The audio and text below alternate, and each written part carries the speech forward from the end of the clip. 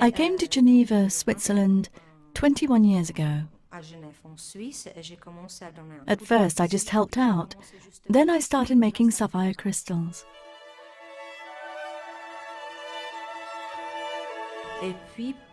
We then moved into making replacement mineral crystals. And because I found this more interesting, it gradually became my speciality. I make the crystal entirely by hand from start to finish. I choose the appropriate form for the case. I bend this form to exactly match the curve of the case. Next, I give the preliminary cut and shape to a piece of glass, which I then have to bend.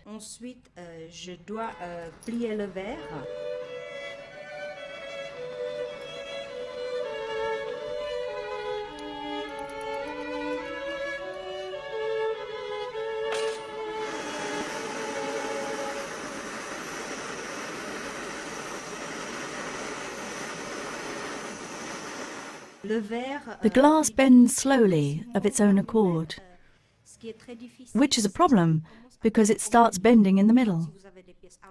If you have an elongated form such as this one, the flame must always be in the center to give an identical curve around the edge. You have to keep the burner moving and play with the flame.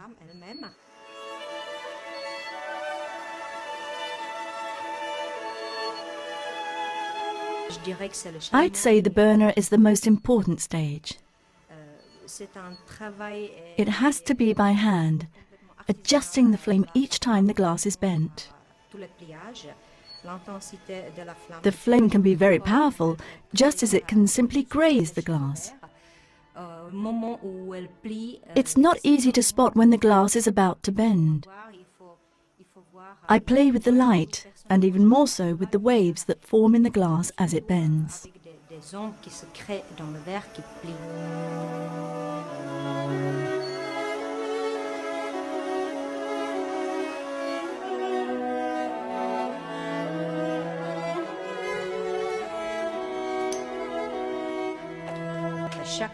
No two watches are the same.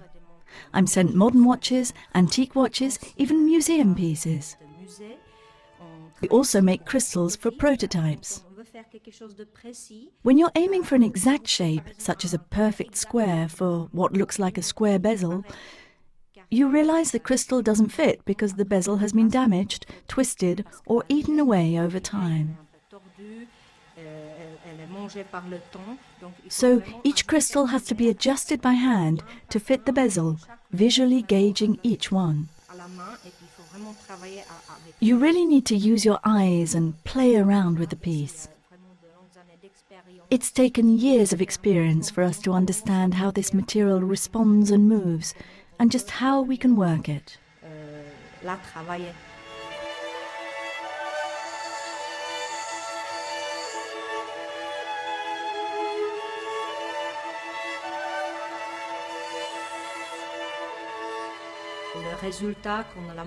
When the watch has been put back together with its new crystal and the hands begin to move, that's when we feel an enormous sense of pleasure at having saved another watch.